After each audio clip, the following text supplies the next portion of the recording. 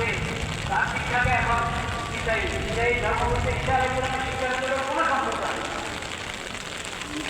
পরবর্তী এক ব্যক্তির শিখানো যত শিরিক, যত কৃষ্ণের রূপ আছে, ওই সব কিছুকে এখন ঈসাই নামে চালিয়ে দেওয়া হবে।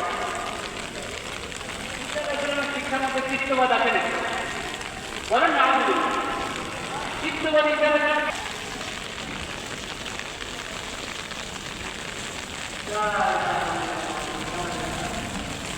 ইহুদি ধর্ম আর খ্রিস্টান ধর্ম, ওরা এগুলো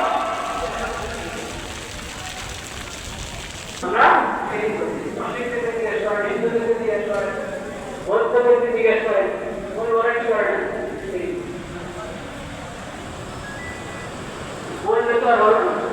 ইহুদিরা বলে ওদের কাছে কোনো জিনিস নেই, নাসারারা বলে জিনিস নেই, তিন কথার এক কথা বলে ঈসা আলাইহিস সালাম, হ্যাঁ, বা সরাসরি কথা বলে, বা নাউযুবিল্লাহ আল্লাহর পুত্র বলে, এরপরে ওদের শিরিক হয় না। ইহুদিরা ওদেরকে ইবনুল্লাহ বলে, তাও তাদের শিরিক হয় না। আল্লাহ শরীয়ত বাদ দিয়ে আল্লাহ নাজিলকৃত আছে উপরে কইতাছে তারা